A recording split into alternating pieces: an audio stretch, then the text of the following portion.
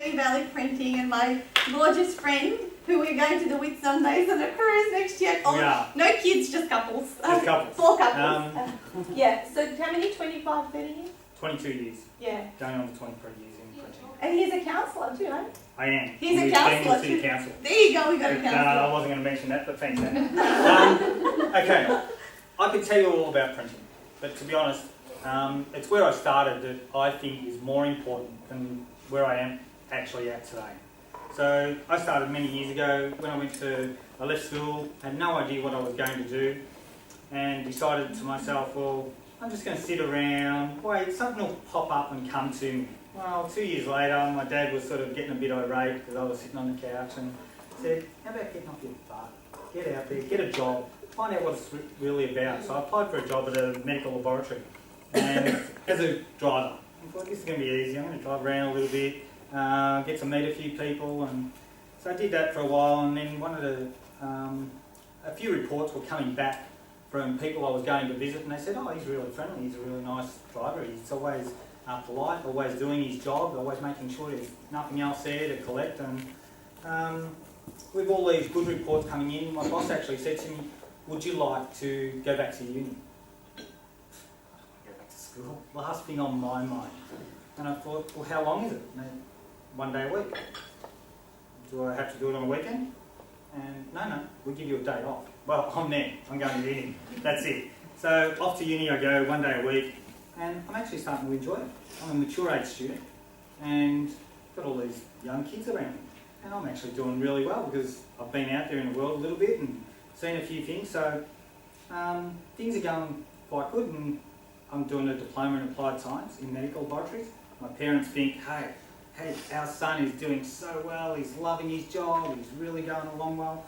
Well, guess what? I hated it. I was there for 6 years. And I remember towards the end I was thinking to myself, this isn't me. I don't want to walk around with a lab coat on all the time and be playing with blood specimens and urine and all that. I'm very trendy. So what do I want to do? I want to go out and work for myself. I was working hard, and I really was. I started at 9 in the morning, I was getting out at 7:30. The fact that I was seeing one of the girls that was getting there at 7 was actually really good as well, because I got to go in early. No, but I was actually starting work at 7:30 and doing an hour and a half free. At the end of the day, 5 o'clock would come, I'd knock off, but I'd stick around for half an hour, 40 minutes and make sure everything was right for the night shift. And they loved that, so they made me in charge of an area. But again, I started thinking, I'm going to work this hard for someone else, why not go out and do it for myself? I'm going to buy a business. I brought a video shop. And if you remember, back 23 years ago, video shops were the craze. Everyone was into them. Guess what? I failed. I was in it for 12 months and everything came crashing down. Video industry was going straight down, DVDs were coming out, I had no cash flow, and someone mentioned cash flow is the king before. It really is. We had none. So I was going drastically wrong and ended up 3 years down the track. A friend of mine gave me a full-time job at Snap Printing and said, come work for me, let your partner do the day shift, you go in the evening, the money you're earning will help you to get your business back on track. But there was no getting the business back on track, I just couldn't invest any more money. So I had kids at that stage and things were looking pretty drab.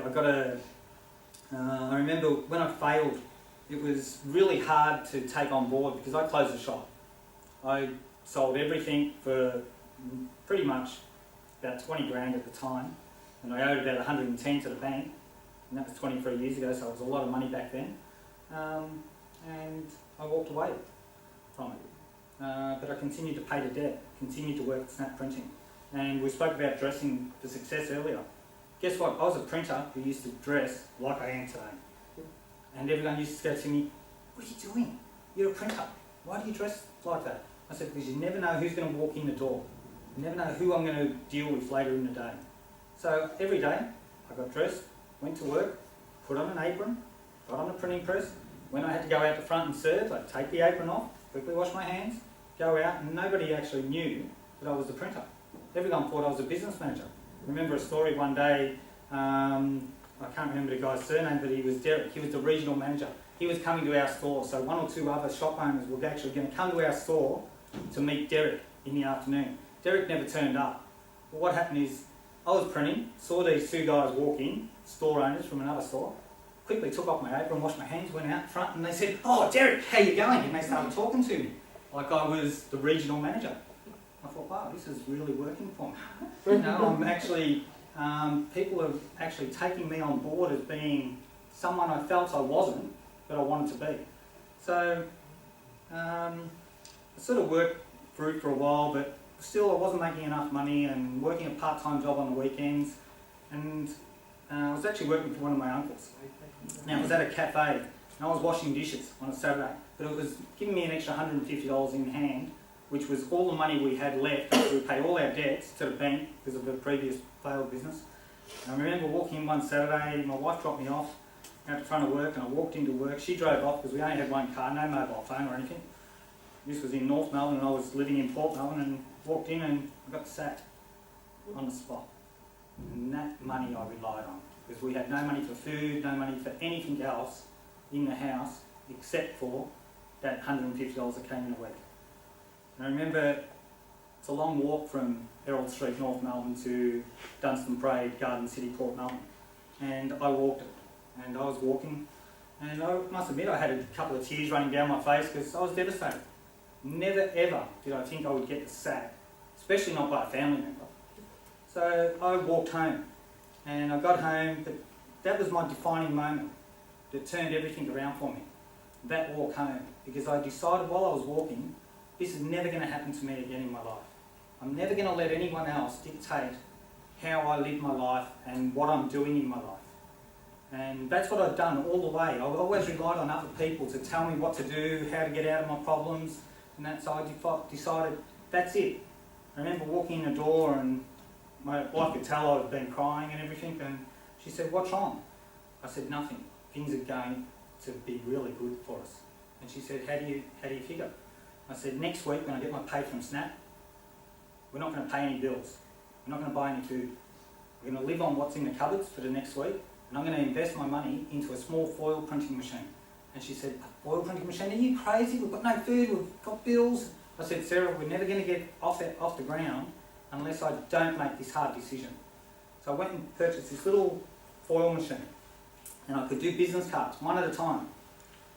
And I remember sitting there every night after work, from about 6 o'clock, we'd have a quick bite to eat, and I lost a lot of weight back then, I must tell you. But I would sit there till about midnight, doing 1,000 cards, one by one, and it would take me an hour and a half to make $10. But I could make $20 a night. So at the end of the week, I could make that extra $100 to help us get by. And it was a hard time. But guess what? I actually started doing 3 jobs, and I actually started getting quicker. I started doing 3 jobs a night, 4 jobs a night. And then I started doing fridge magnets and other little things. And then I got so good at foil printing and actually understanding foil printing that Snap loved the fact that I was always dressed in a suit, and Snap shirt and everything. They would come up to me, the owners of other Snap stores, and say, "Steve, we've got this client who needs some foil printing done. Could you go and see him on our behalf? Represent us. You've got Snap uniform on. They're not going to know what store you're from." So I would go. The only way I got paid is if I actually closed the sale. So then I had to become a good salesman. So I would go out and I'd say to the people, "Show me the job," and we'd go through it, and I'd explain how it was going to be done and what the processes were, and they'd give me the job.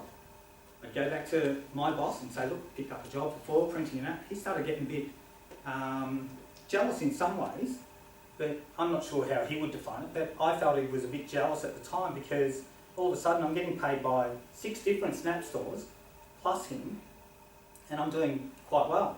So at this stage I'd buy a printing machine, put it in my little shed at home, 2.5 metres by 2.5 metres.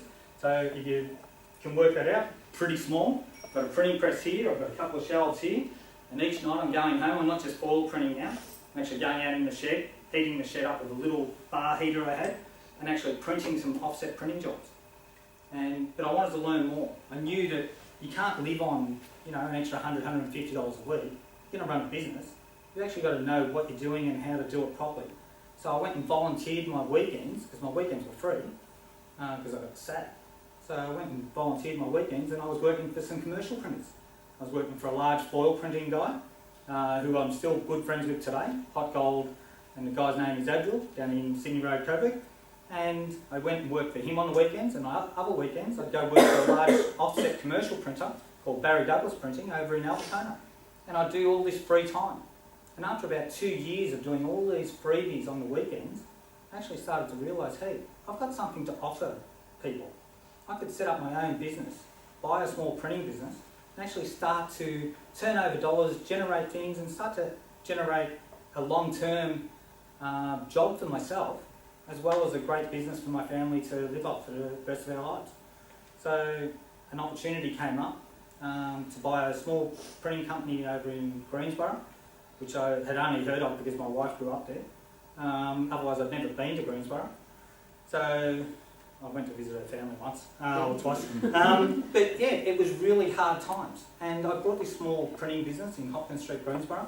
And straight away I wanted to expand, I wanted to do more. So what can I do? How can I do it differently to everyone else? Well, the first thing I cared about, and the only thing I really cared about, was my clients. I was there from 4 in the morning till 10, 11 at night. The only time I got to see my wife and kids in the first 2 years of owning my own business was when they came in to have dinner with me at night. My kids would play under the bench while I'm working away. They'd be playing under the bench and I'd go, yeah, it's great, it's great. And all I concentrated on was making sure my customers got exactly what I want. Because I knew without those customers, my business is nothing. So that was where my customer service came into it. I answered my phone. I had my work phone diverted when I'd leave at 9, 10, 11 o'clock at night to my home number in case I get that emergency call. And guess what? I did. I got the biggest opportunity of my life at 11 o'clock one night. Got home, the phone rang. My wife said, some lady named Jackie for you. Got on the phone and it was a lady by the name of Jackie Beattie, who was the regional manager of Undercover Wear Australia. And she said to me, we need a rush printing job done, our printers let us down, can you help us out? I said, no worries, what do you need? She said, I need 100,000 flyers by 7 a.m. I thought, shit, now, how do I do this? I said, give me 5 minutes, I'll ring you back. Well, I'd made really good friends with one of the sales reps. Kevin Anglin was his name, KW Doggett's Fine Papers. Rang him up at 11:15 at night and I said, Kev, I need you to help me out. Can you get anyone to supply me with 100,000 sheets of paper in the next couple of hours? And he said, yeah, right, whatever, Steve. Hung up. Rang him back. I said, Kev, I'm serious. I really need his paper. Can you help me out? He said, well, give me all the details. So I gave him the details, told him the story. 7 a.m, the paper arrived on my door. By 7:05, my machine was printing. And it was printing fast. I remember at about 11 a.m, I'd ripped a big hole in my thumb when I stuck, because I didn't want to switch the machine off because I wanted to keep it feeding. So as the paper was coming through, I'd stick my hand in the machine, grab the paper, put it on the guillotine. As I'm trimming it, the next lot of 500 would be coming through because I was grabbing stacks of 500 at a time. The machine grabbed my finger, ripped half my finger off. I thought, oh, I can't do this, how am I going to do it? Got some tissues wrapped around my finger, grabbed some sticky tape, wrapped it all up, kept going. Finished the job by about midday, about 12:15. Rang her up and said, Jackie, your job's all ready. She said, look, it's a little bit late, however, we accept. Anyway, they became my biggest client for the first 10 years in business. And I was doing work for Undercover Wear Australia, everyone, all their reps. Now they had 2,000 sales representatives because they're home-based businesses, so I was dealing with 2,000 individual reps. And that's what got my business going. So it all came down to the customer service part of what I do. And look, we talk about people out in the printing game. All of us have got good quality these days. My quality is no better than the person next door to me. When it comes to service, hey, everyone gives great service. And when it comes to reliability, everyone's pretty reliable out there. What I give people is all free. And that's rare. Not many people can say that they give great quality, good service, and they're reliable and they're there and they're going to be there again and again and again. So many people come to me and they say, we used to use this printer down the road and he used to do it for us for $100, you're charging $140. How do you explain that? I say, well, you know the key word was, he used to do it for that price. He's not around anymore. So yes, I might charge a little bit more. I'm not the cheapest in the market, but I'm definitely not the most expensive. But I can assure you, we'll give you the best quality and service that you've ever had as far as printing. So I'm not going to tell you the rest of the story, because that's going to come out in my book that Nat's trying to push me towards. And I'm not going to tell you Confessions of a Briffa. that, no, I am very good friends with the person that you were talking about before, the Confessions of a Locksmith.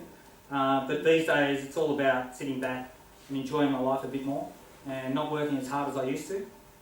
So this week I've probably clocked up at least 4 hours of work, which is what I want to be doing. And going overseas in a few weeks' time, spending 4 weeks overseas. Like Nat said, we're going to go up to the Whitsundays together. There's 8 of us. Spend some time up there because I go up there once or twice a year and spend some time up around the Whitsunday Islands. But it's all come about from running my business the way I felt that people deserve to be treated. And one thing, you know, we spoke about also good staff earlier. And one thing about my staff is I've got what I consider a dream team. I've had one person leave me who was there with me for 14 years, and he recently came back because he said it's hard out there. He said I've got a great life and a great job here, and that's how I want all my staff to be. You know, so the better I treat my staff, the better my business runs. And when I go away on holidays, I know everything's done the way I want it to be done and the way I would do it for my own customers, you know, my customers, and they're potentially all of you. So if you need some printing done, come and see me. Thanks. Thank you.